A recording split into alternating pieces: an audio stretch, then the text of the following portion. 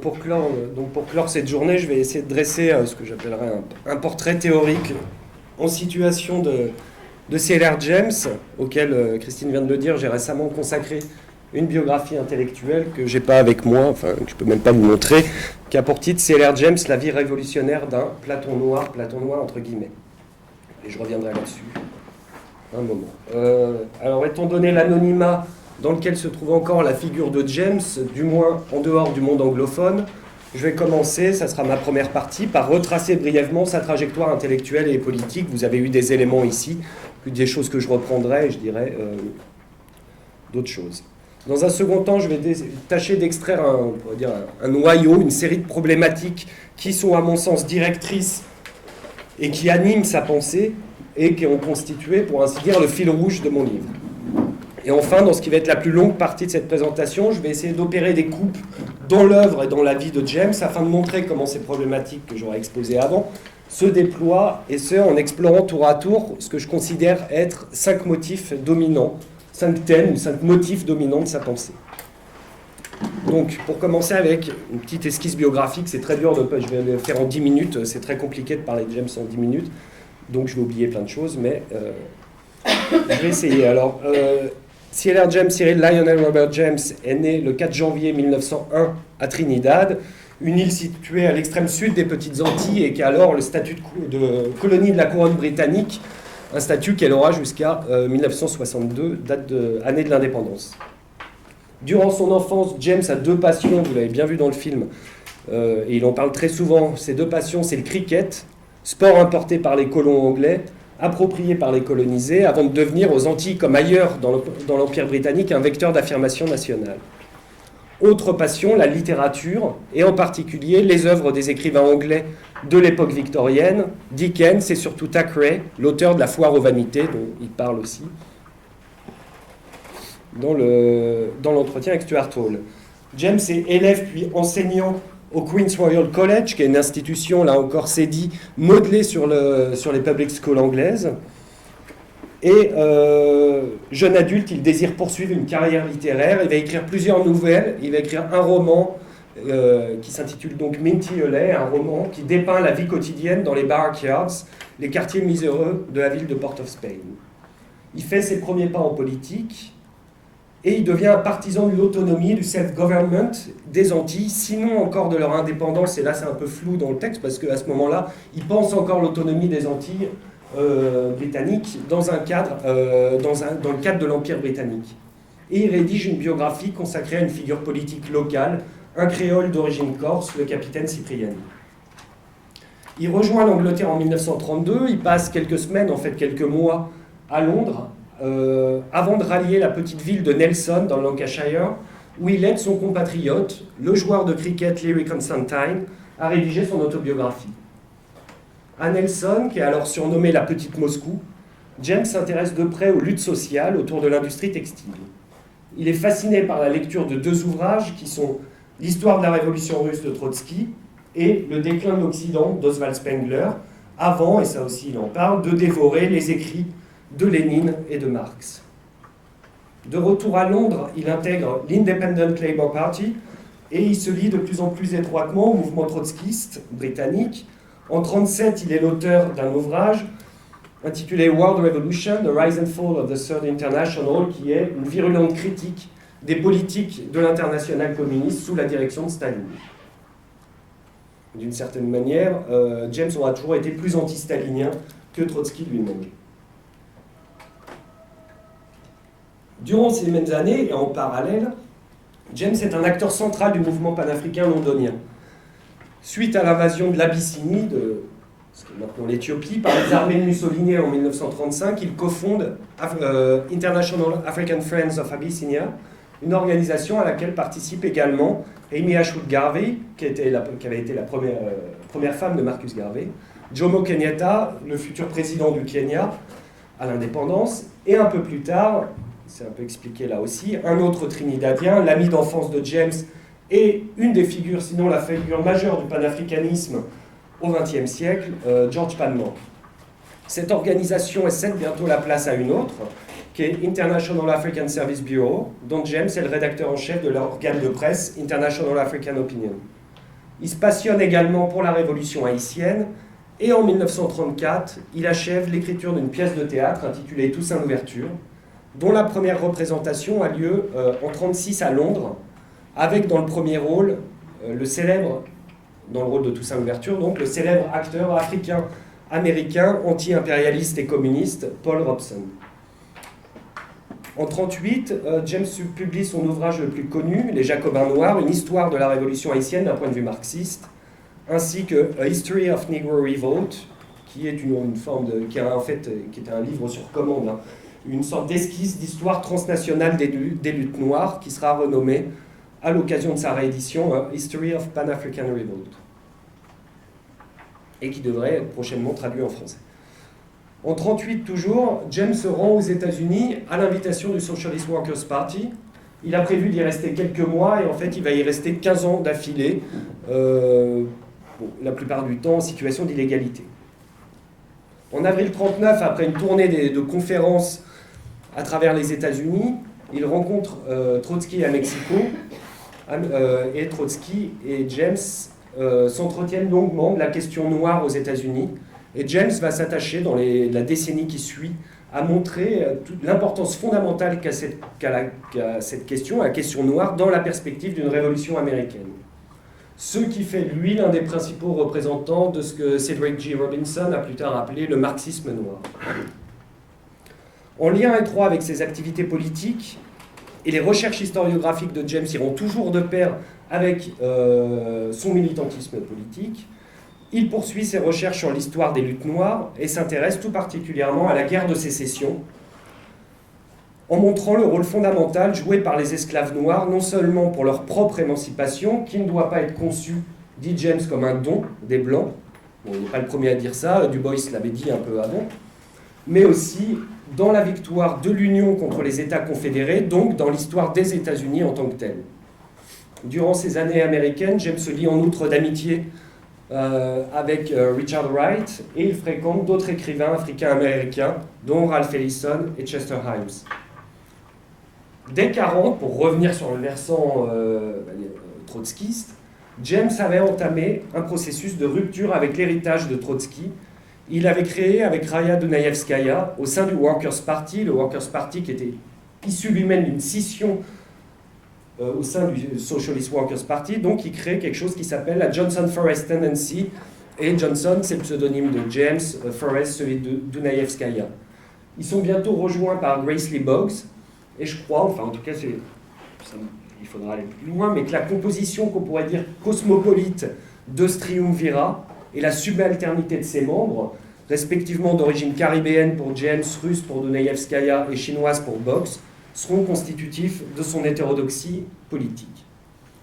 La Johnson Forest Tendency défend une double idée. La première idée, c'est que règne en URSS un capitalisme d'État, et donc que l'URSS n'est pas un État ouvrier dégénéré selon la position trotskiste.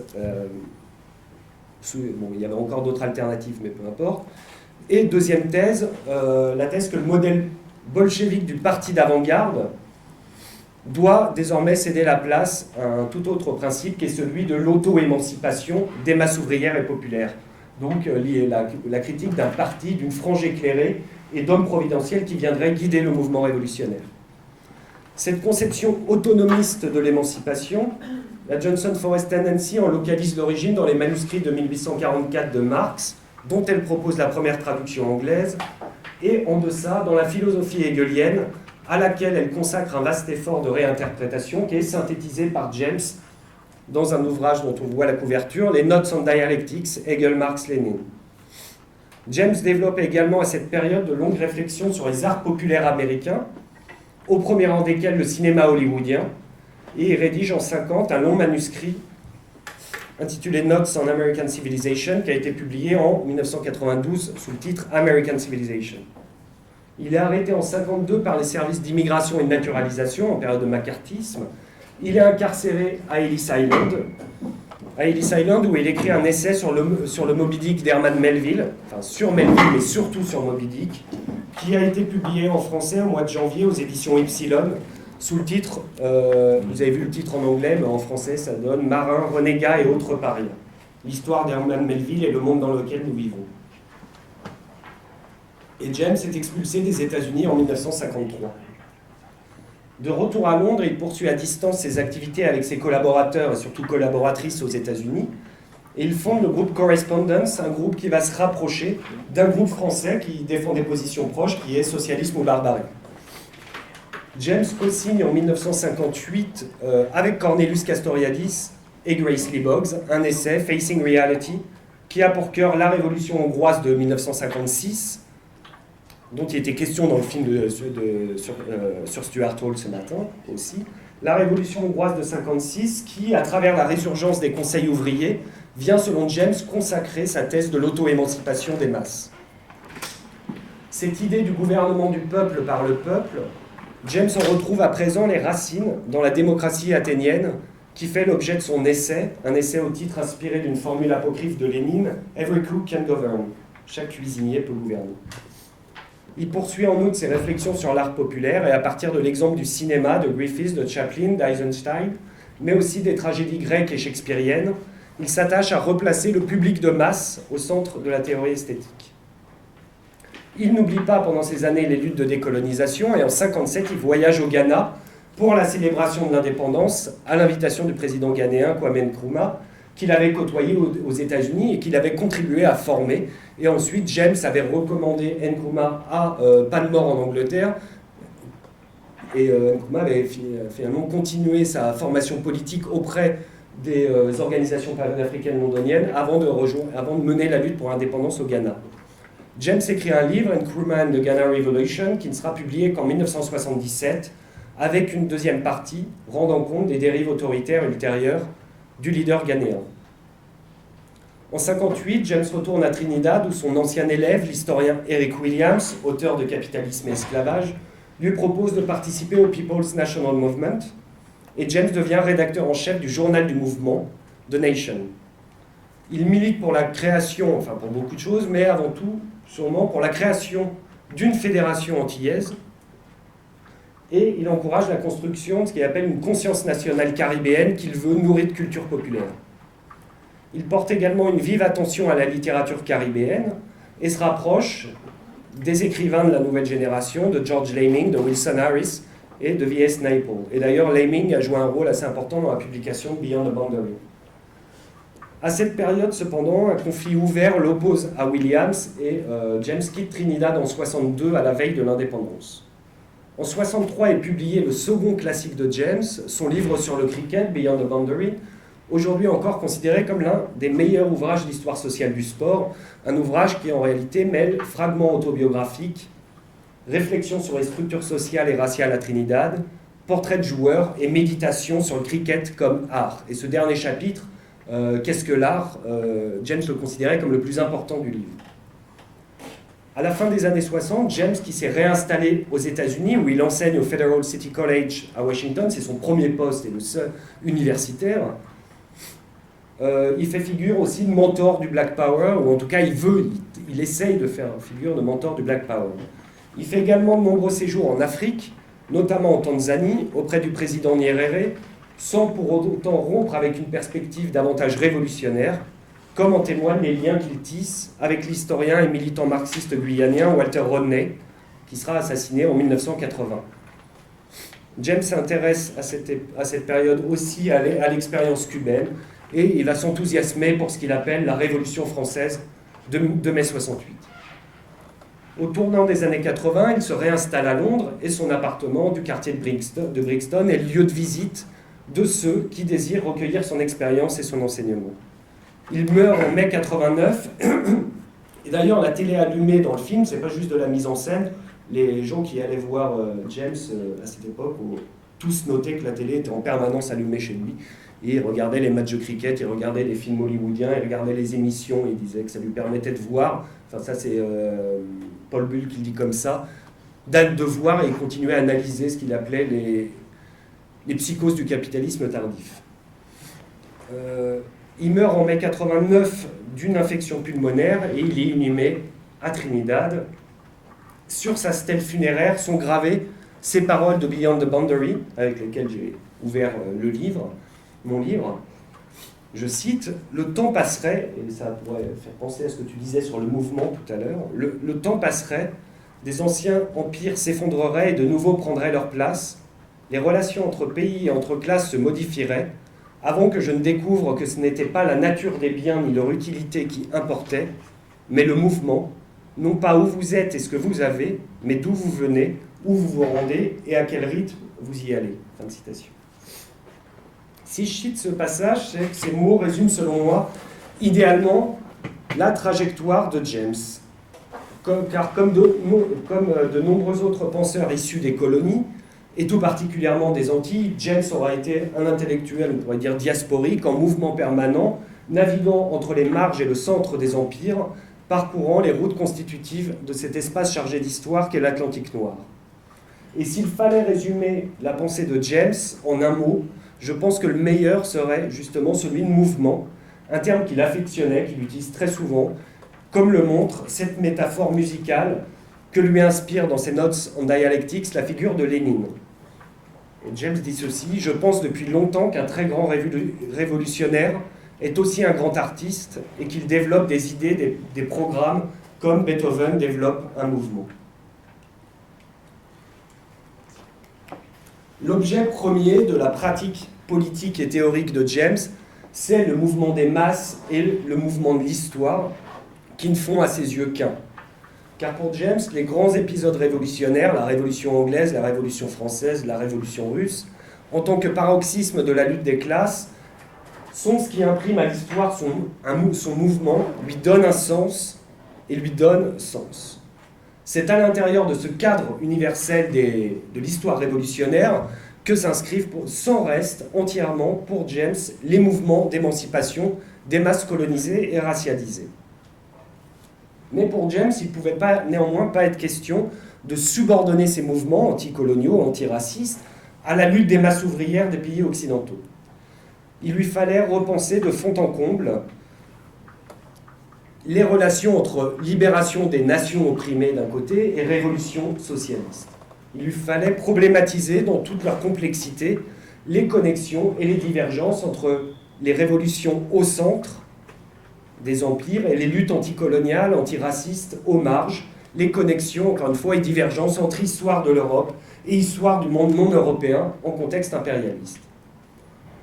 James, en fait, ne s'est pas tant attaché à relativiser ou à provincialiser le marxisme européen qu'à, pour emprunter une idée de Fanon dans Les damnés de la Terre, qu'à distendre et à distendre spatialement le marxisme afin justement de départiculariser et de déprovincialiser le monde non européen dans l'espoir que la révolution à venir serait authentiquement mondiale. Il a ce souci permanent de dire qu'en faisant que les luttes panafricaines, elles font partie, elles concernent non pas seulement les populations qui les ont menées, mais que c'est des luttes qui appartiennent de plein droit à ce qui continue d'appeler l'histoire du monde. En d'autres termes, James n'a eu de cesse de repenser, d'essayer de redessiner la géographie des luttes d'émancipation. Autrement dit encore, même s'il n'aurait pas dit en ces termes, peu importe, il aura contribué à décoloniser le concept même de révolution, ce qui n'était pas, et n'est d'ailleurs toujours pas, la moindre des tâches. Mais force est néanmoins de constater que l'œuvre de James est traversée de tensions, et des tensions productives à plus d'un titre, je pense, entre d'une part une perspective sur l'émancipation qui maintient la nécessaire antécédence de la révolution en Occident, et d'autre part une conception bien plus décentrée de l'indépendance et de l'avant-gardisme des luttes noires et anticoloniales. Ce sont ces tensions que j'ai voulu faire ressortir dans le sous-titre de mon livre, qui emprunte à une formule employée en 1980 dans le Times de Londres pour nommer James, je cite, le Platon noir de notre génération. Et je n'ignorais pas que, ce faisant, je m'exposais à des critiques, dans la mesure où ce type de désignation, Platon noir, où la comparaison est censée valoir éloge, est pour le moins problématique parce qu'elle menace de reproduire l'idée, et une idée qui a quelque chose de colonial, selon laquelle les sujets de l'Empire seraient condamnés à se conformer au modèle de leurs aînés, entre guillemets, blancs, et ne pourraient rien espérer de mieux que d'être au fond des copies en couleur de ce que l'Occident a produit de meilleur. Et pourtant, dans le cas de James, l'appellation Platon noir me semble bel et bien faire signe vers une ambivalence, mais une ambivalence qui est constitutive de sa pensée et qui serait trompeur d'évacuer comme s'il s'agissait au fond que de l'effet et d'un effet purement négatif de ce qui serait chez lui un reste inconscient de vision coloniale qui serait hérité de sa formation britannique.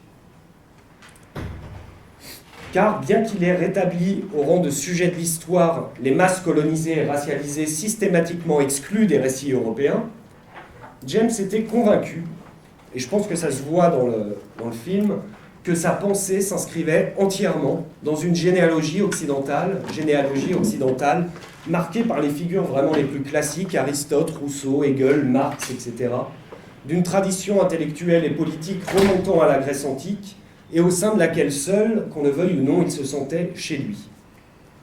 Les mots suivants qu'il utilisa pour qualifier Nkrumah reflètent quelque chose qui valait d'autant plus pour lui-même, à ses yeux, en tant que Caribéen occidentalisé.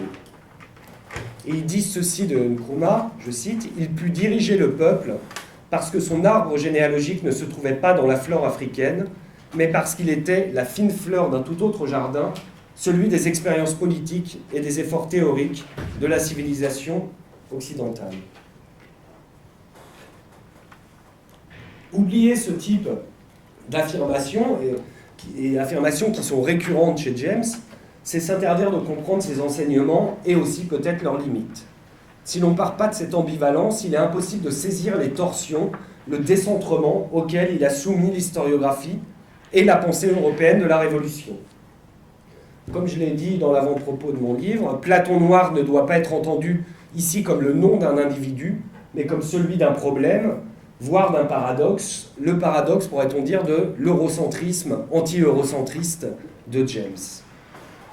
Et là encore, un tel paradoxe ne doit pas, je pense, être considéré uniquement comme un problème, mais aussi comme une chance, dans la mesure où son examen pourrait contribuer au renouvellement d'une critique de l'eurocentrisme, une critique de l'eurocentrisme qui, si elle demeure plus que jamais nécessaire, à raison même des résistances que continue de soulever toute remise en question de l'universel, et de l'universel occidental s'entend, une critique de l'eurocentrisme qui, je crois en tout cas, ne peut pas être considérée comme étant à elle-même sa propre fin, comme une fin en soi, et doit toujours encore et encore prouver qu'elle est nécessaire à la jeunesse d'une pensée de l'émancipation qui serait véritablement à la mesure du monde.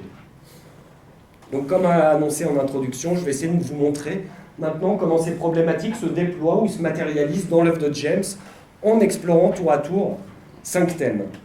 Le premier thème, le premier motif, c'est l'Occident et la civilisation. J'ai déjà un peu abordé. James s'est toujours pensé et senti comme britannique.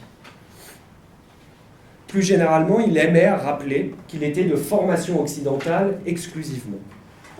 Cela valait du reste pour lui, pour tous les Antillais, comme il le dit dès la fin des années 20, enfin parce qu'il l'a écrit avant, dans sa biographie de Cipriani, il dit ceci, je le cite, « Ces gens, les Afro-Caribéens, ne sont pas des sauvages, ils ne parlent pas d'autre langue que l'anglais, ils n'ont pas d'autre religion que le christianisme. En réalité, leur perspective tout entière est celle de la civilisation occidentale modifiée et adaptée à leurs circonstances particulières. » Fin de citation. Les termes de civilisation occidentale et de civilisation européenne traversent l'œuvre de James, et qu'on le déplore ou non, ces termes ils sont le plus souvent synonymes de civilisation mondiale, voire de civilisation tout court, des mots que James emploie toujours au singulier. Il n'est jamais question chez James des différentes civilisations au pluriel. Mais cela ne signifie pourtant pas que James fasse l'apologie de cette même civilisation occidentale. Ainsi écrit-il à propos de son premier séjour en Angleterre, je le cite, « Je n'étais pas en Europe depuis 2 ans que j'en étais venu à la conclusion que la civilisation européenne telle qu'elle existait était condamnée. » Et on ne saurait à cet égard surestimer l'influence paradoxale qu'exerça sur James, et d'ailleurs comme sur d'autres théoriciens marxistes européens comme Adorno ou Karl Korsch, mais aussi non européens comme le socialiste péruvien José Carlos Mariátegui, la lecture de l'ouvrage du théoricien allemand de la Révolution conservatrice, Oswald Spengler, cet ouvrage dont j'ai déjà parlé, Le déclin de l'Occident. Un livre dont James s'est efforcé de traduire les thèses pessimiste dans le langage du matérialisme historique, pour penser la Révolution comme la fin du déclin, comme un recommencement radical de l'histoire de la civilisation. S'appropriant une critique de la civilisation occidentale bourgeoise originellement forgée en Europe, et il y a quelque chose de similaire chez Fanon dans sa lecture de Freud et de Jung, mais peu importe, James n'a de cesse de thématiser le déclin, je cite ces termes, la dégénérescence, la crise, voire parfois la mort de la civilisation occidentale. Mais cette appropriation d'une critique formée en Europe, donc, n'est pas une simple répétition, c'est un déplacement qui va arracher cette critique à sa matrice européenne.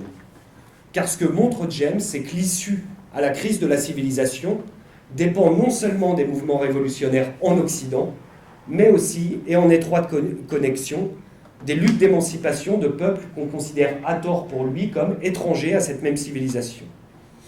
À la fin des années 50, James recommande par exemple à ceux qui se préoccupent tant, je le cite, du futur d'un monde en déclin, de se tourner vers le Ghana, où se dessine, dit-il, l'avenir non seulement de l'Afrique, mais de la civilisation mondiale.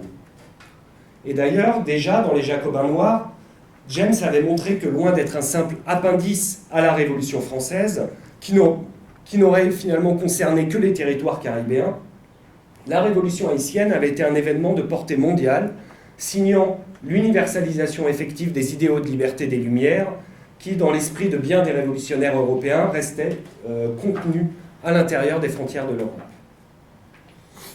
Le deuxième motif, c'est ce que j'ai appelé l'autonomie et le branchement des luttes. Alors quand on parle le mot autonomie, il renvoie d'abord à la critique que James formule à partir de la fin des années 40 à l'encontre du modèle bolchevique et trotskiste, encore trotskiste, du parti d'avant-garde, j'en ai un peu parlé.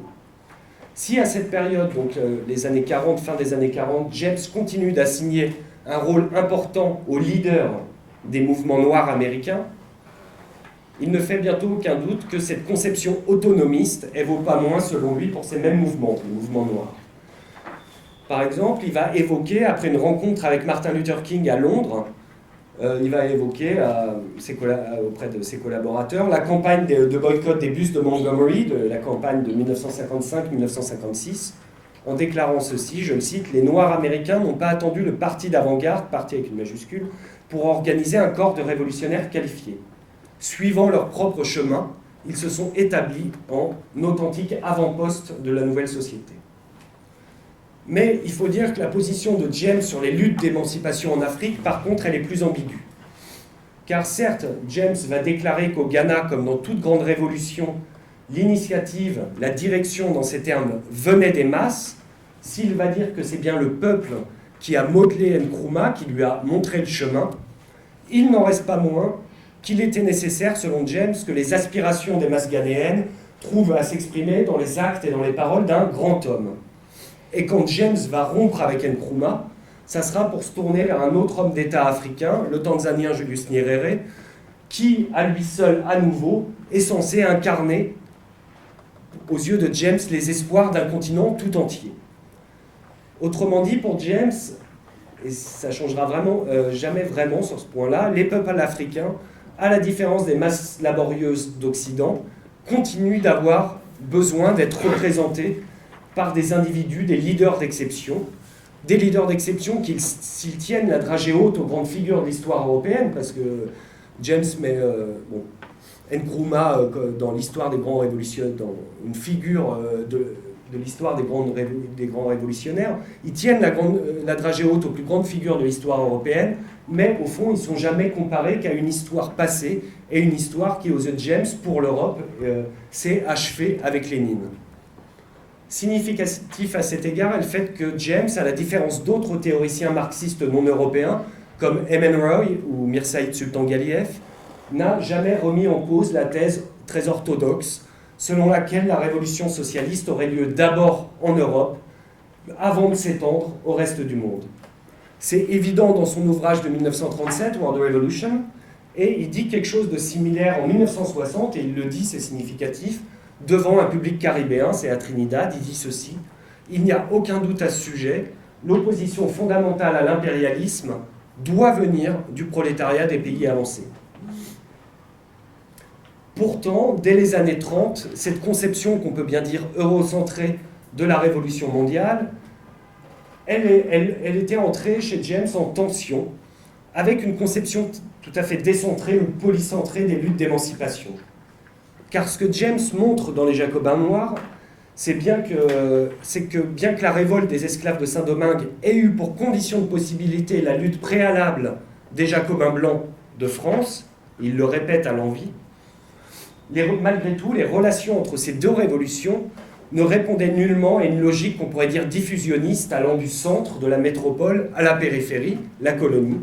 Elles répondaient bien plutôt à une logique du branchement et de la composition, et d'une composition non hiérarchique, de luttes qu'il fallait considérer à la fois comme enchevêtrées et indépendantes l'une de l'autre. Des luttes, pour reprendre une formule d'Edward Said à propos des Jacobins noirs, qui se répondaient, donc Révolution française et Révolution haïtienne, qui se répondaient comme des voix dans une fugue. Or, ce qui valait pour le passé vaut pour James plus encore pour le présent. Si dit James à propos du Ghana, il faut s'interdire, je le cite, de ranger la lutte coloniale et la lutte métropolitaine dans des compartiments séparés, fin de citation, une telle connexion des luttes, elle a pour corollaire nécessaire l'autonomie du combat anticolonial. Donc toujours connexion et autonomie. Il dit ceci, la révolution africaine ne doit plus être considérée comme un complément ou comme subordonnée à la révolution en Europe de l'Ouest. Fin de citation. Cette thèse de la combinaison et de l'intensification mutuelle de luttes qui sont malgré tout autonomes n'est nulle part plus clairement exposée par James que dans ses réflexions sur la question noire aux États-Unis.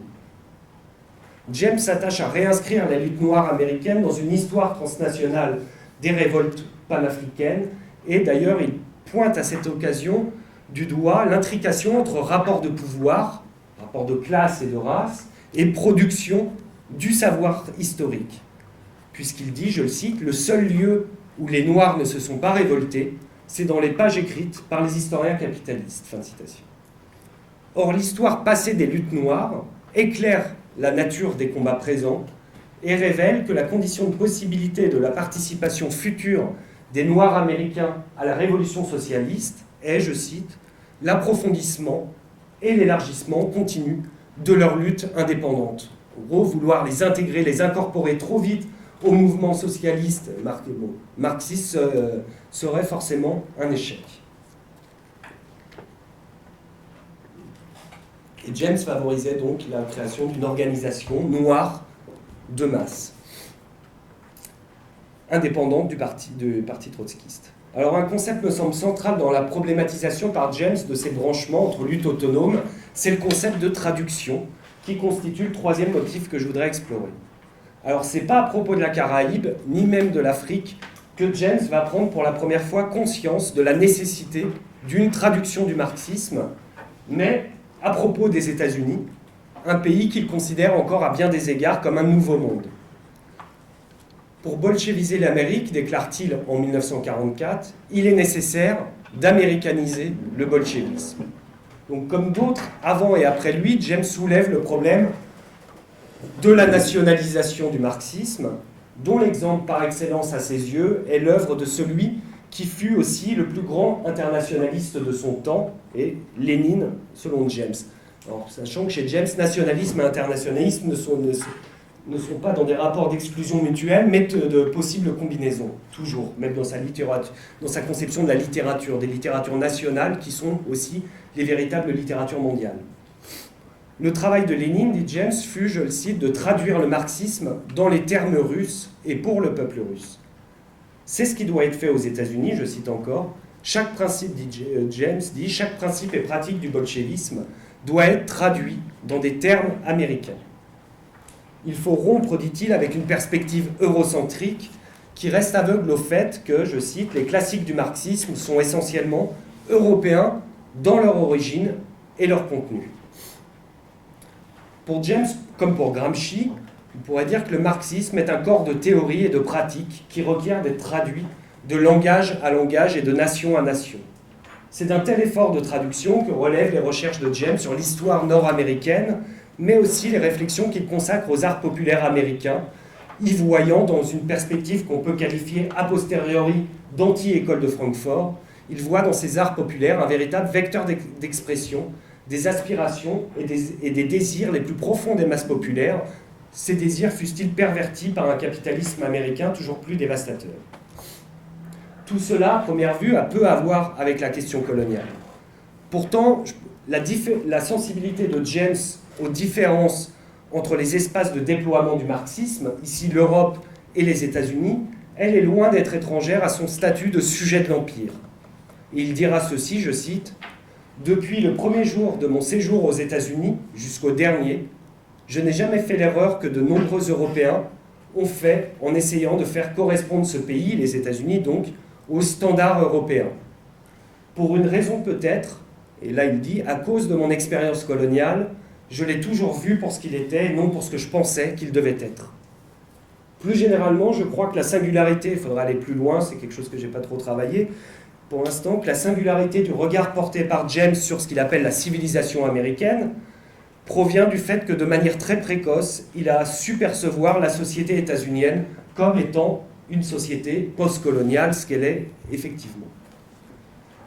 James va étendre ensuite ses réflexions théoriques et stratégiques sur la traduction aux luttes d'émancipation en Afrique et dans la Caraïbe.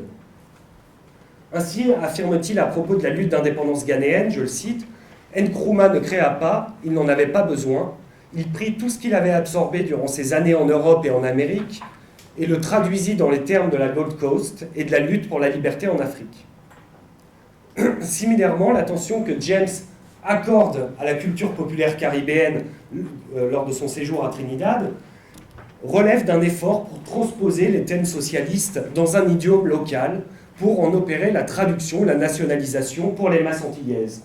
Car pour James, la formation d'une conscience nationale populaire, dans un sens qui pourrait être proche de celui de Gramsci encore, caribéenne, s'offre comme la précondition de la lutte pour le socialisme.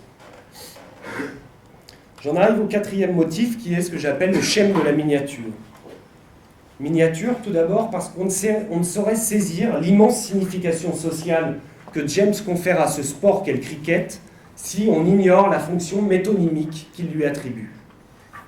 Car selon James, dans la Caraïbe, le terrain de cricket était ce petit espace dans les limites, d'où le titre Beyond the Boundary, les limites duquel s'exprimaient les rivalités de classe et de race, ce sont ces termes, refoulés ailleurs. Quant à la renaissance de la Caraïbe en voie vers l'indépendance, elle avait, selon James, été préfigurée par l'émergence de l'équipe de cricket des West Indies sur la scène mondiale. Et James écrit ceci, pas dans Beyond the Boundary, dans des articles sur le cricket de la même époque, il dit « Quand, ô quand, une histoire du cricket antillais sera-t-elle écrite, une grande partie de notre histoire sociale y est renfermée. » Ce schème de la miniature, il était déjà à l'œuvre dans les Jacobins noirs. Car dans les Jacobins noirs, James fait des plantations esclavagistes du Nouveau Monde un prototype des industries capitalistes des siècles suivants, les rapports de production à Saint-Domingue préfigurant le devenir de la lutte des classes à l'échelle mondiale. Et James affirmera plus tard que depuis leur découverte par Colomb, je cite, « Les îles caribéennes ont été la quintessence du développement capitaliste. C'est comme si sur ces îles, l'histoire avait concentré sous forme de tabloïd le récit de 400 ans de civilisation capitaliste. » Similairement, dans Marin, Renégat et autres parias, son livre sur Melville, James fait du Pécode, le navire de Moby Dick, l'archétype de l'industrie capitaliste moderne. L'équipage du Pécode, dit-il par ailleurs, et c'est ce que montre déjà Melville, il est composé de représentants de toutes les nations du monde, occidentales et non occidentales, engagés dans une même lutte pour sauver la civilisation mondiale de la barbarie, incarnée dans Moby Dick par le capitaine Ahab, dans lequel James, il n'est pas le seul à cette époque-là, voit une préfiguration sur le mode du futur antérieur de Hitler et de Staline. Et James dit ceci, le voyage du Pécode est le voyage de la civilisation moderne à la recherche de son destin. James trace dans ce même livre un parallèle à un siècle de distance entre le Pécode et Ellis Island, où il est alors enfermé. Et il écrit ceci, l'île, donc Ellis Island, tout comme le Pécode de Melville, est une miniature de toutes les nations du monde et de toutes les sections de la société. Enfin, la fascination éprouvée par James pour la Grèce antique est indissociablement une fascination pour la forme de la cité-État, incarnée par Athènes, cité-État qu'il décrit comme un monde en petit, qui engendra, dit-il, davantage de génie que les immenses métropoles modernes. Et c'est pas un hasard, souligne James, si ce penseur radical de la démocratie qui était Rousseau était originaire de Genève, je cite James, la chose en Europe la plus proche structurellement des cités-États grecques. Enfin, James, à quelques reprises, ça c'est dans les années 60, tournant des années 50 et 60, James établit un parallèle saisissant entre la situation topographique, démographique et linguistique des Antilles au présent et celle de l'archipel grec 2000 ans plus tôt, suggérant que la Caraïbe pourrait être le centre, le lieu d'un recommencement radical de l'histoire de la civilisation. Ce puissant décentrement n'en reste pas moins ambivalent, dans la mesure non seulement où James occulte ici la dimension impériale de la Grèce antique, mais aussi parce qu'en faisant retour à l'origine présumée de l'Occident, il reproduit le postulat séculaire faisant de l'Europe, fût-elle déterritorialisée, déplacée aux Antilles, la source d'où jaillit toute culture de portée universelle. Ce qui m'amène au cinquième et dernier motif, celui de l'arriération, question de l'arriération qui condense toutes les tensions inhérentes à la conception jamesienne des luttes d'émancipation. Alors il ne faut pas entendre chez James le mot arriéré en un sens anthropologique qui serait synonyme de primitif, mais au sens marxiste, c'est-à-dire économique dans un sens économique et politique. Cela n'empêche que cette division arriéré-avancé, pays arriéré, pays avancé, était à bien des égards la pierre de touche de l'historicisme, c'est-à-dire un schéma selon lequel les peuples non européens sont toujours considérés comme en retard et comme condamnés à reparcourir les stades franchis avant eux par les sociétés européennes. C'est donc cet historicisme une conception évolutionniste et intrinsèquement eurocentriste de l'histoire dont le marxisme avait, et il faut bien le dire, a encore bien du mal à s'affranchir. Or, James fait allègrement usage dans ses textes de ces catégories, arriéré, avancé, ça ne lui pose aucun problème. Et pourtant, je crois qu'il ne va cesser de subvertir la binarité du partage arriéré-avancé.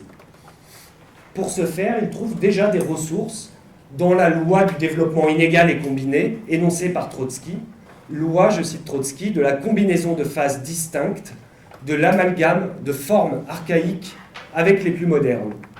Une loi, donc loi du développement inégal et combiné, qui s'appliquait parfaitement, selon James, au cas d'Haïti, ce laboratoire de la modernité capitaliste au XVIIIe siècle, mais qui était en même temps gouverné par des relations sociales donc esclavagistes qui étaient les relations sociales les plus arriérées possibles à ce moment-là. C'est ce qui, selon James, Trotsky ajoutait, dans l'histoire de la Révolution russe et ailleurs, il disait ceci: la vie retardataire est contrainte d'avancer par saut. C'est ce qui, selon James, s'était produit à Saint-Domingue, où les masses esclaves avaient fait un saut historique phénoménal qui, transformant l'arriération en son contraire, les avait placés, du jour au lendemain, à l'avant-garde des forces révolutionnaires mondiales. Comme James le dira plus tard, je cite, « Le fondement théorique des Jacobins noirs est que dans une période de changement révolutionnaire à l'échelle mondiale, la crise révolutionnaire élève les peuples arriérés depuis des siècles au tout premier plan du mouvement avancé de l'époque. »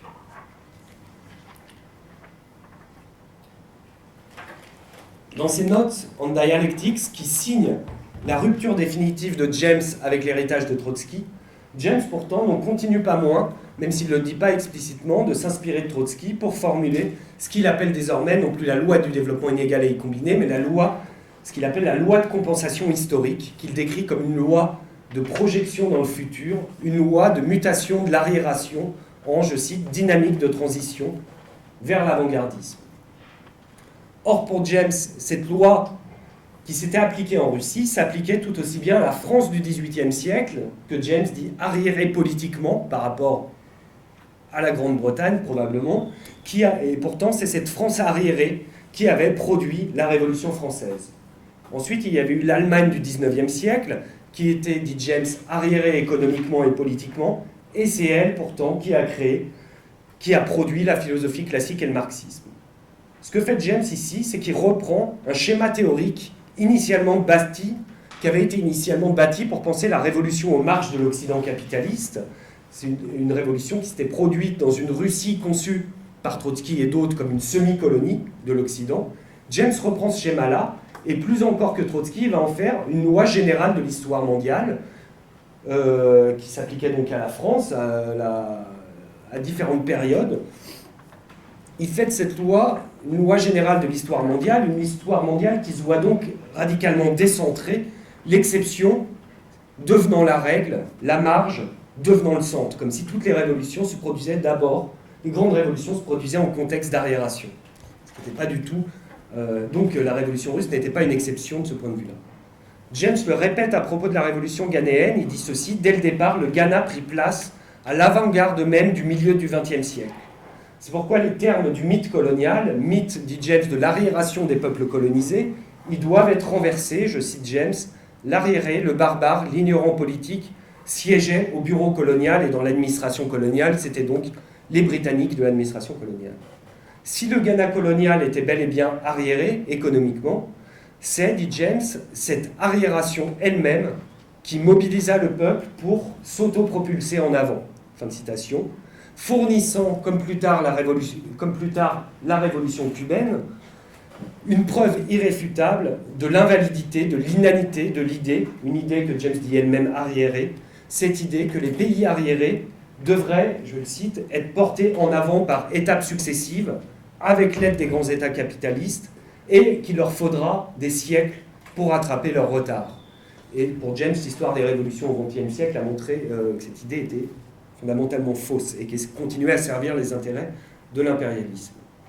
Mettre au centre de la théorie révolutionnaire les marges des empires coloniaux, ce n'était pas juste pour James un choix, ça signifiait tout simplement épouser ce qui avait été le mouvement même des luttes d'émancipation à l'échelle mondiale, car, je le cite, ça il dit ça dans les années 60, les pays connus comme sous-développés ont produit les grands hommes d'État du XXe siècle, des hommes qui ont substantiellement altéré la forme et l'orientation de la civilisation mondiale.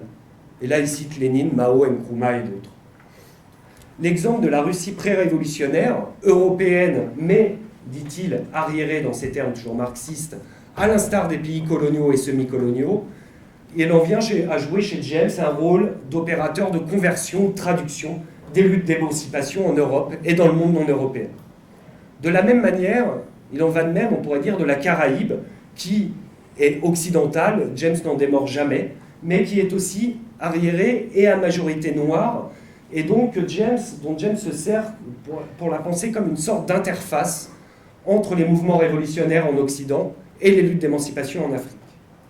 Et il déclare ceci, je cite, « Quelles que soient les fautes et les bévues commises par les pays sous-développés, ils représentent quelque chose de nouveau dans un monde en déclin. » Fin de citation, ce qui me ramène au point de départ, qui était la question du déclin de la civilisation occidentale. Et je vais conclure.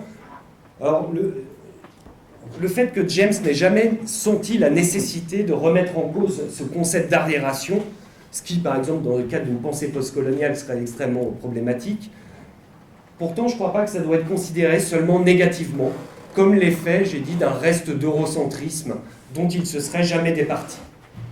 Car pour James, l'historicisme, cette conception évolutionniste de l'histoire, ce n'était pas une pure invention idéologique ou épistémologique, mais c'était véritablement le fruit de siècles de domination qui avaient fait du retard, et d'un retard effectif dans le contexte impérialiste, du retard effectif des pays colonisés, la condition de possibilité de l'accumulation capitaliste à l'échelle mondiale. Autrement dit, pour James, l'impérialisme, il n'avait cessé au long des siècles de produire véritablement matériellement les conditions de vérité d'un historicisme qu'une et une seule chose pouvait invalider, non pas des mots et des théories, mais les luttes d'émancipation elles-mêmes en Europe et hors d'Europe. Dès lors, la stratégie de James fut non pas de postuler dans une certaine veine postcoloniale, on pourrait dire, une forme d'incommensurabilité des histoires et des formes d'historicité de l'Occident et des mondes non occidentaux, sa stratégie a été de tâcher de contrer l'historicisme sur son terrain même, c'est-à-dire sur le terrain de l'histoire du monde, en tâchant de défaire cette identification entre l'histoire du monde et l'histoire de l'Occident, et en cherchant à donner à voir au passé et au présent la multiplicité des sujets et des lieux de l'initiative révolutionnaire, et les connexions parfois inattendues que les luttes d'émancipation entretenaient à la fois à travers le temps, parfois à des siècles de distance, mais aussi à travers l'espace, de la Grèce à la Caraïbe, en passant par la France, de la Russie à l'Afrique, en passant par l'Amérique noire. Et il y a cet effort de connexion, de lutte, de mouvements révolutionnaires qu'on n'était pas du tout habitué à mettre en relation les uns avec les autres, à connecter, et James n'a jamais cessé de faire ce travail. Dernière chose, en écrivant et en pensant, mais aussi en contribuant lui-même à faire l'histoire des peuples colonisés et racialisés, en les replaçant au centre du récit historique et de l'action révolutionnaire. J'ai déjà dit, ces deux choses sont toujours intimement liées chez James.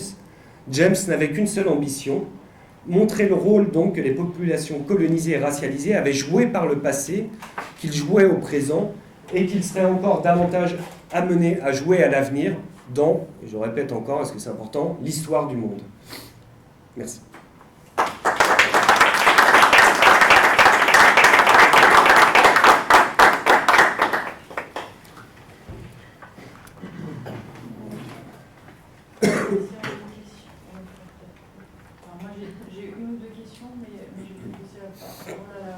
Moi j'aurais une question, si vous permettez. Alors déjà, conformément à la présentation que tu avais faite à l'ITM il y a quelques mois, la première chose que je voudrais dire, et c'est une urgence, c'est je recommanderais donc à tous de lire cet ouvrage sur C.L.A. James, pas seulement parce que vous allez apprendre certainement qui était C.L.A. James, parce que c'est une première en France, comme pour Stuart Hall, mais c'est un ouvrage particulièrement bien conçu. Et tu avais dit tout à l'heure que tu avais hésité sur le titre quand tu avais donné ça le Platon Noir. Moi, j'avais eu, après la rencontre à l'ITL il y a quelques mois, j'avais pensé à la constellation James. Tant cet homme est un creuset de culture et de réflexion sur l'engagement de l'intellectuel. Et alors, peut-être que tu me vois venir avec ma question, parce que c'était déjà celle que je t'avais posée il y a quelques mois, et puis nous avons reparlé. C'est le parallèle un peu dans la veine de ce que j'ai essayé du dialogue que j'ai essayé d'instaurer ce matin avec Maxime Servul, c'est-à-dire un parallèle entre les anglophones et les francophones. Alors en l'occurrence, le parallèle qui me vient en tête, c'est avec, encore une fois, Aimé Césaire. Et je voudrais t'interroger là-dessus, donc au moment, à propos de ce moment où James prend sa distance avec le trotskisme, et qui correspond au même moment avec la rupture d'Aimé Césaire et du Parti communiste avec la lettre à Maurice Thorez. Alors bien sûr, nous en avions déjà parlé, et effectivement chez James, il y a certainement ce passage vers le panafricanisme, c'est-à-dire toujours avec cette idée internationaliste, et Césaire, un peu en opposé, c'est plutôt une relocalisation de la lutte politique, puisqu'il va fonder dans le même temps le Parti progressiste martiniquais.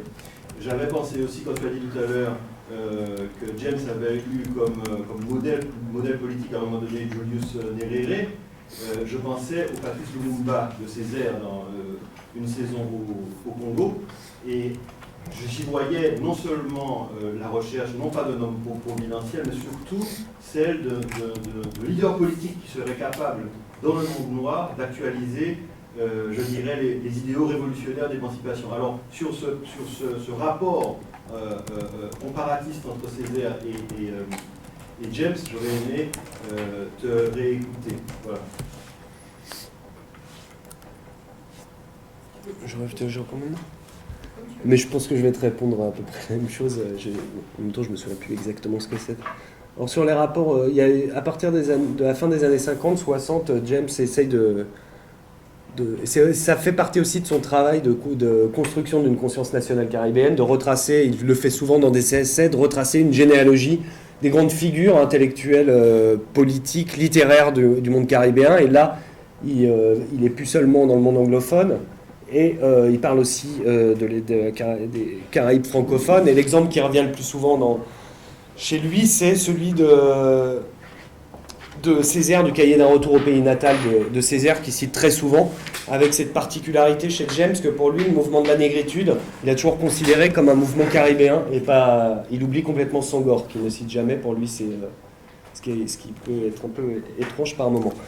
Alors sur cette rupture avec, d'un côté la rupture de Césaire avec le Parti communiste, la lettre à Maurice Thorez, dans la lettre à Maurice Thorez, il y a cette idée justement d'une relocalisation du communisme, d'une idée que la doctrine marxiste ne vaudra que, je ne sais plus c'est quoi la formule, que repensée par nous, pour nous, etc. Que s'il y a un communisme, s'il y a une forme de communisme qui peut convenir, ça sera un communisme, je ne sais plus comment il le formule, pas afro-caribéen, je ne sais plus quelle est la formule, mais il y a ça. Et ça, c'est vraiment pas des termes qui auraient qu'auraient pu être ceux de James, je pense, chez qui il n'y a pas cette... il y a cette idée des formes de traduction du marxisme, il y a cette idée des formes de nationalisation, comme j'ai dit, mais c'est quelque chose de différent parce que ça garde un lien extrêmement fort avec le marxisme européen, et il y a cette idée justement que le marxisme reste, les principes du marxisme, et ça il le répète, restent pour lui universels. Mais justement, pour que cet universel ne soit pas un universel abstrait, mais un universel en acte, il faut un processus, c'est pas ces termes, hein, ça vient après tout ça, mais d'universalisation. Universalisation, elle peut passer que par un phénomène de traduction, de différenciation selon les lieux, mais il n'y a pas cette idée que qu'il faudrait, on pourrait dire, relativiser la doctrine en tant que telle. Et James, jusqu'au bout, là, je ne sais plus c'est quoi ça, fin des années 60 ou années 70, ou même plus tard, il répète toujours je suis un marxiste, je ne vois pas de raison de changer. Donc il y aura toujours ça. Et chez James, la rupture avec le Parti communiste, elle vient très vite. Elle vient parce que, comme il le dit dans le film, il adhère au trotskisme directement, sans être passé par un lien avec le Parti communiste. Et donc il y a ça, mais bon, je peux le dire parce que ça rejoint les thèmes de ce matin, son anti-stalinisme est d'abord trotskiste et pas autre chose. Et après, c'est de l'intérieur même et par des scissions qui va remettre en cause tout ça, mais par une critique interne. Son modèle de l'auto-émancipation des masses ouvrières et populaires, il pense d'abord aux États-Unis, où il pense ensuite à la Hongrie, voilà, c'est d'abord ça. Et ce que je me suis dit, ce qu'on voit pas forcément dans le film, c'est que James a tout autant, sinon plus, écrit des articles de théorie et de théorie marxiste et de stratégie politique que des textes liés aux questions anticoloniales, raciales, etc. Et d'ailleurs, les deux sont entremêlés, hein. Sur la question noire, c'est vraiment les deux, mais voilà. C'est deux parties aussi importantes de son œuvre, plus tout ce qu'il a écrit sur la littérature, sur les arts populaires américains, qui est aussi, et sur le cricket, bien sûr. I don't know if I'm missing the trend of the discussion, forgive me, but the parallel that I think is really more interesting is with Padmore and Césaire. Because I think that, in a sense, James, I mean, never was, obviously, you said that, the Communist Party, but Padmore was. Padmore was in charge of the African Bureau of the Bolshevik Party. And I think that there's a parallel there that is worth exploring as to how both of them developed through a sort of Pan-African consciousness, recognition that the party was just not addressing questions of black people in Africa and in the world in general. So I think that's something that's worth further exploration, really. Il y a une comparatif qui reste à faire de toute façon. Enfin, il me semble. Hein. Yeah. C'est-à-dire qu'autant Stuart Hall comme James sont inconnus en France, mais autant j'ai l'impression, enfin en tout cas à écouter tous les intervenants aujourd'hui, qu'une étude comparative enseignerait tellement, enfin, il y aurait tellement à apprendre de cette mise en parallèle. Voilà. Mais Césaire a fait un voyage à Moscou. C'est pas. Alors ça, on ne pourrait pas, je ne crois pas. Tout ce qui fait né. On va savoir. On a dit. Bon.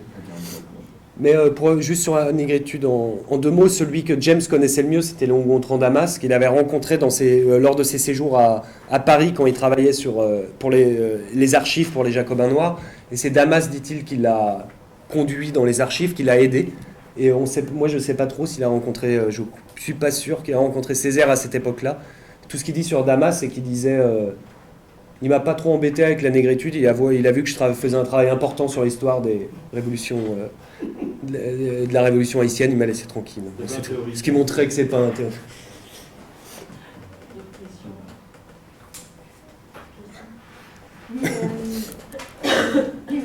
Moi j'ai trouvé dans le film qu'il était presque, bon, c'est idiot, c'est comme remarque, presque plus sympathique que dans ses écrits. Moi je reste gênée, je le connais bien évidemment, mais je ne le connais pas bien. Et il y a des choses qui me gênent, alors peut-être bon, il est contemporain, quasi contemporain de Césaire. Ils ont 10 ans de différence, grosso modo. Non, peu importe. Il est de 1901, je crois. On en parlait ce midi, c'est pour ça. 1913. Bon, 10 ans de différence. Ouais. Donc, je me dis, lui, sa pensée, alors dans le film, si je dis qu'il a l'air plus sympathique, s'il est moins catégorique, il prend la culture occidentale comme étant un fait. Elle est là, mais dans tes propos, que je pense que c'est pas ta subjectivité, mais ce que tu as tiré des propos de James, c'est plutôt je me revendique d'eux. Je me revendique de cette culture-là et quelque part, je la glorifie un peu. Et moi, la notion d'arriération, là, j'ai du mal, hein, même s'il va au-delà, même parce qu'on prend Césaire, on prend le discours sur le colonialisme, et c'est pour ça que j'insistais sur son contemporain et ce qu'il a lu. Il n'y a rien d'ambigu, il n'y a rien à jeter dans le discours sur le colonialisme, il n'y a aucune ambiguïté, et pourtant Césaire sera quand même, oui, quelqu'un qui ne rejettera pas le fait de son appartenance à la culture occidentale. Ce qu'on disait ce matin, cette capacité à être dans la culture occidentale, mais à être dans une posture toujours réflexive et critique. J'ai pas l'impression de retrouver, du coup, on parlait avec Sarah, là, la différence entre les intellectuels antillais et les intellectuels africains-américains. J'ai l'impression qu'ils se rapprochent plus, du coup, du profit de l'intellectuel africain-américain que du profit, bon, c'est bête, je ne vais pas enfermer dans des catégories, mais du profit de l'intellectuel antillais. Il y a un concept très gênant dans l'œuvre de Glissant qui ressemblerait à arriération, c'est atavique. Culture atavique. Mais là, on a l'impression que chez Glissant, c'est une maladresse. Il n'a pas su nommer, d'après moi, il n'a pas lu assez de sociologues. Il n'a pas su nommer ce qu'il voulait désigner. Et la culture atavique, pour moi, est plutôt une maladresse.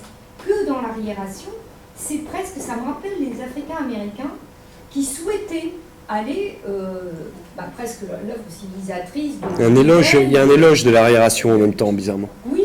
Mais il y avait tout un... Oh, pardon, je te laisse. Cette mouvance à laquelle il appartient visiblement, panafricaine, qui est celle d'aller, oui, on a cette expérience qui nous permettra d'aller sortir les masses africaines de leur arriération. Et puis, dernière question, attends, juste un peu, j'ai 2 minutes, attendez. Le lien avec l'art, donc je vois bien qu'il a écrit des pièces, etc. Tu dis qu'il se réclame, le révolutionnaire ne peut être qu'un artiste, ou le révolutionnaire est un artiste. Et que devient l'art chez James, après qu'il ait écrit cette pièce de théâtre, après qu'ils se soit intéressés... Ça va être dur. Et tu dis qu'il a... Peut-être que j'ai un peu zappé là, sur les films, il s'intéresse aux films, mais il s'intéresse aux films pour dire que j'ai adoré cette phrase là, les psychoses du capitalisme tardif. C'est pas la sienne, hein. C'est pas la sienne, c'est déjà celle d'un interprète. Ah, c'est pas la sienne. Non. Est-ce que parmi ces lectures, en fait, il y a justement les nationalismes afro-américains du 19e siècle qui pensaient... parce que eux, comme disait Christine, eux pensent leur panafricanisme comme on va les civiliser les sauvages, qui sont certes nos frères, mais ils ont contrairement à nous, on a acquis la civilisation grâce à notre vie malgré tout en Amérique et notre christianisation. Et du coup, c'est vrai que ça rappelle ça. Ouais. Je sais Il y a des penseurs haïtiens de la fin du 19e qui parlent pareil des masses rurales haïtiennes. Mais je pense que là, on parle vraiment pas des mêmes, je sais pas comment dire.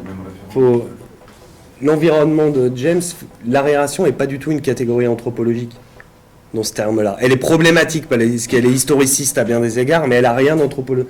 Arriéré ne veut pas dire sauvage du tout ni primitif. Arriéré, c'est un contexte économique et politique. Un contexte économique et politique qui a été créé pas entièrement, mais en grande partie par le contexte même du développement du capitalisme pour James et de l'impérialisme. Donc voilà, ça il va le puiser dans la tradition marxiste, on va le puiser chez Trotsky. Donc je pense qu'il y a... Enfin,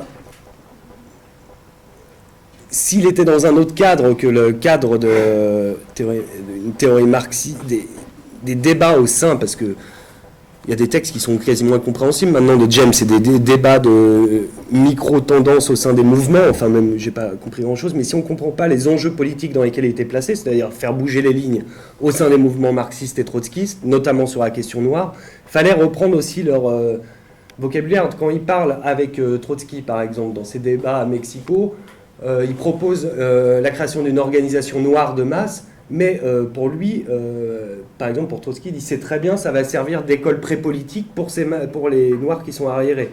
Et là, il y a une version qui est déjà encore plus problématique que celle de James. Mais oui, c'est un... Et je pense que si on réfléchit en termes anthropologiques, il y a un grand problème. Alors, et Césaire, du coup, d'un autre côté, ça pourrait rejoindre ce que tu disais, il y a une... Césaire, bon, vous n'allez pas forcément être d'accord, mais il y a une rupture, peut-être à partir... En même temps, c'est salutaire la lettre à Maurice Thorez, c'est sûrement un des textes que je préfère de Césaire, mais en même temps, il y a une rupture avec une pratique politique qui se voulait plus directement révolutionnaire, même s'il y a des débats sur la départementalisation, mais dans les textes, au moins dans la forme de texte, et je pense que ça perd un peu ça, et James l'aura pas perdu, mais avec tous les problèmes que ça posait. Est-ce qu'il a lu le discours, est-ce qu'il le sait, tu dis qu'il Il cite toujours Cahiers d'un retour au pays natal, il cite pas. C'est bizarre, il parlait bien français, mais non, c'est vraiment pas ses références. Il a quand même avant tout des références anglophones ou toute la littérature liée à la révolution soviétique traduite en anglais. D'autres, je réfléchis, ça va être dur de. Ah oui, si sur la révolution haïtienne, il avait des textes écrits par des historiens coloniaux, mais c'est son travail d'archive sur Dubois. Il le découvre tardivement et il est fasciné une fois qu'il le découvre. Mais ce qui est bizarre, c'est qu'il découvre Black Reconstruction tardivement et il commence à en parler dans les années 60, mais pour lui, Dubois, et encore ça pourrait peut-être te déranger, Christine, c'est que, enfin en lien avec ce que tu viens de dire, ce qu'il dit de Dubois, c'est que il est dans ses conférences sur les Jacobins noirs, il fait des conférences sur les Jacobins noirs en 69 ou 70, et il y en a une, c'est comparaison des Jacobins noirs et Black Reconstruction. Il dit ce qu'a montré Dubois, c'était que la lutte des Africains-Américains, et c'est une formule de Dubois, c'était vrai, c'était la dernière grande bataille de l'Occident. Et de l'Occident, il dit bien. Et qui dit aujourd'hui, il y a des... Et là, il y a des critiques qui viennent du public. James dit aujourd'hui, il y a des gens qui disent que quand Dubois écrit Black Reconstruction, il pense ce qu'il a en tête, c'est la blackness. La question de la raciale, question de la blackness, c'est absolument pas ça. C'est une question plus générale de l'émancipation et d'une émancipation qui se veut globale. Et James a toujours voulu garder les deux choses à la fois l'histoire de l'auto-émancipation des esclaves et esclaves noirs aux États-Unis, et le fait que cette chose-là, elle était partie prenante de l'histoire des États-Unis en tant que telle et de l'histoire du monde. Enfin, il y a cette volonté toujours de resituer les luttes des minorités racialisées et colonisées dans un cadre qui se mondial, avec ce défaut de dire, justement, c'est qu'il affronte vraiment le problème de vouloir les placer dans une perspective mondiale, c'est finalement s'obliger à les remettre en perspective différemment avec les luttes d'émancipation en Occident et ne pas se permettre de dire c'est quelque chose qui est en dehors de cette histoire. Pour James, il n'y a toujours eu qu'une histoire. Alors, il y aurait un élément différents points. Déjà, pour ce qui est de Césaire, effectivement, ça peut sembler 56 comme une rupture avec le projet révolutionnaire, mais il y a une chose assez étonnante, c'est que cette relocalisation de la lutte politique correspond avec une radicalité nouvelle. C'est-à-dire que le PPM, le Parti progressiste martiniquais, dans sa première époque, ce qui commence à partir de 56, c'est vraiment une radicalité politique Et on l'oublie maintenant parce qu'on retient particulièrement le projet autonomiste, mais ce sont des discours extrêmement radicaux. C'est-à-dire la liberté ça s'arrache, la liberté ça ne se trouve pas, etc. Bon, il y a déjà ça. Alors j'aurais un point, le point essentiel dont nous avons parlé, pour mettre ça en perspective à ce que tu as dit et qui n'est pas en contradiction, mais pour ce qui est de Glissant, je ne crois pas du tout que Glissant se trompe ou soit maladroit en quelque façon quand il parle de culture atavique, parce qu'en fait il est dans le descriptif.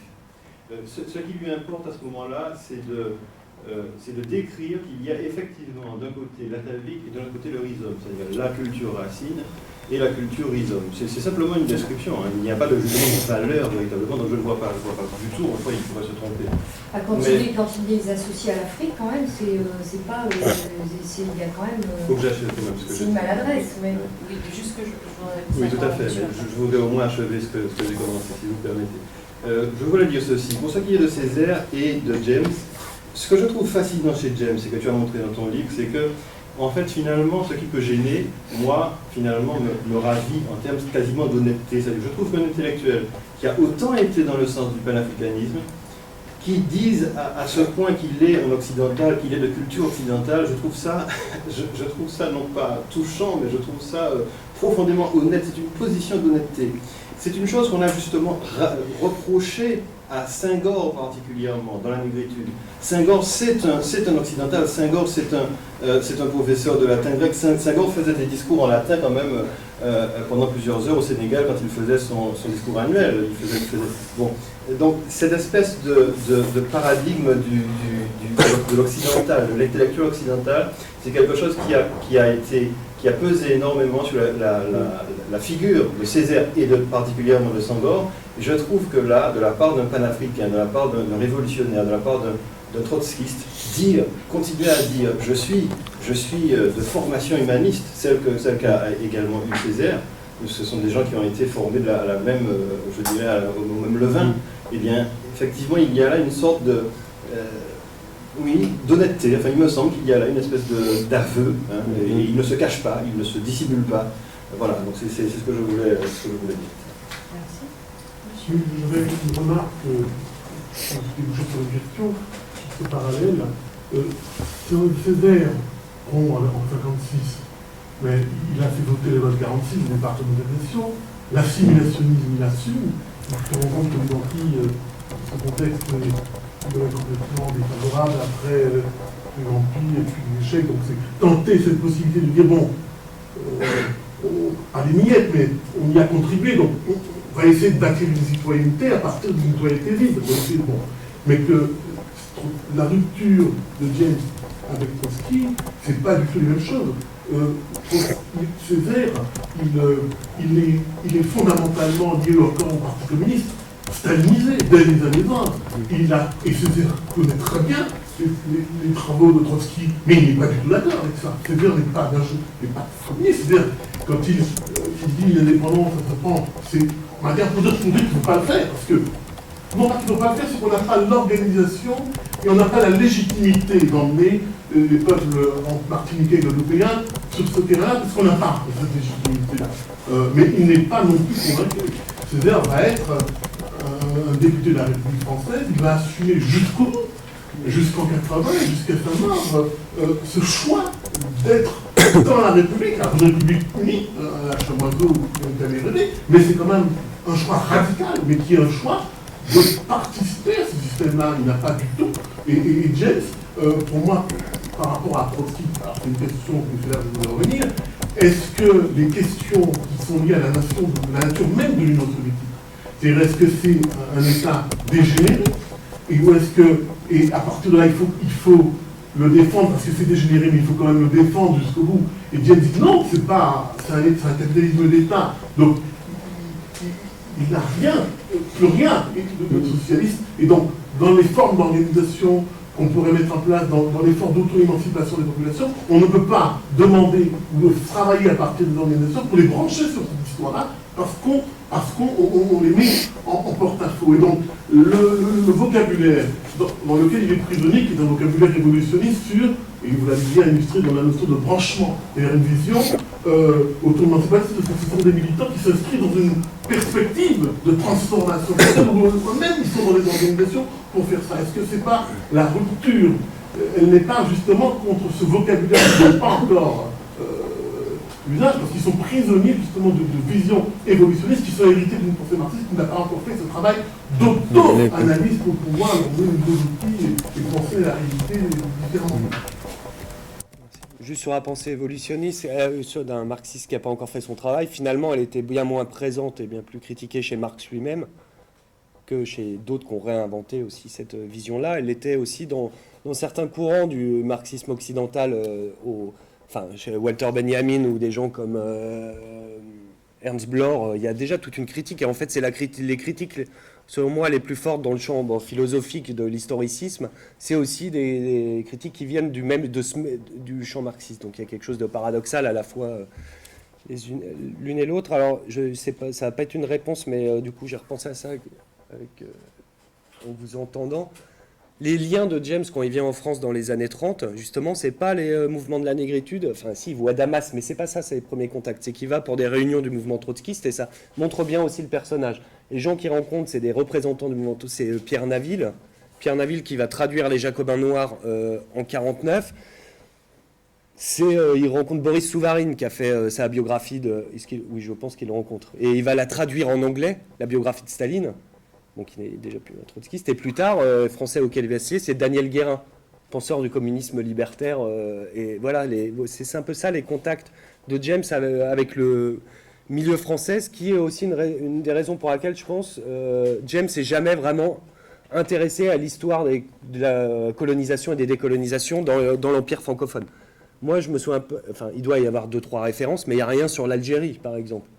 Il n'y a rien sur l'Algérie chez James. Il y a un peu sur le Vietnam, mais pas grand-chose. Voilà, donc il y a un peu de ça. Et sur la complexité de la pensée de Césaire et Senghor, sur l'émancipation, que j'ai un peu, c'est vrai, caricaturé en reprenant des choses. J'ai beaucoup aimé un livre et pourtant sur les options plus politiques, ça ne me parle pas vraiment, mais par ailleurs, je trouve le livre très convaincant, qui est le livre de Gary Wilder, qui s'appelle Freedom Time. Negritude Decolonization, et qui est assez intéressant et il y a beaucoup de réflexions qui feront écho.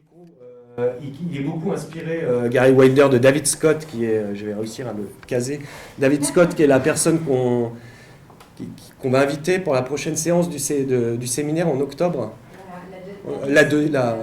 Ouais. Et donc il y aura toute une après-midi qui lui sera consacrée en plusieurs sessions, et c'est un anthropologue. Une journée entière. Une journée avec David Scott, mais là, il sera vraiment là, qui a écrit un livre qui s'appelle, d'ailleurs, et d'autres, mais notamment un livre qui s'appelle Conscripts of Modernity, où il relie il y a toute une interprétation des différences entre les deux versions des Jacobins noirs, enfin, il y en a eu plus que deux, mais les deux premières éditions, l'originelle de 38 et la suivante, je ne sais plus, 63-64. Et qu'est-ce qui a changé chez James entre ces deux versions? Des petites choses, mais surtout dans le dernier chapitre sur la lutte de libération, James a ajouté, et en fait, David Scott se concentre vraiment là-dessus, je crois 8 paragraphes qui replacent la lutte de libération, donc la fin de la révolution haïtienne, la lutte pour l'indépendance, et une relecture dans les termes de la tragédie, en termes tragiques. Et en fait, cette question de la tragédie, elle est partout présente chez James. C'était déjà présente parce qu'il a écrit une tragédie historique avant d'écrire les Jacobins noirs.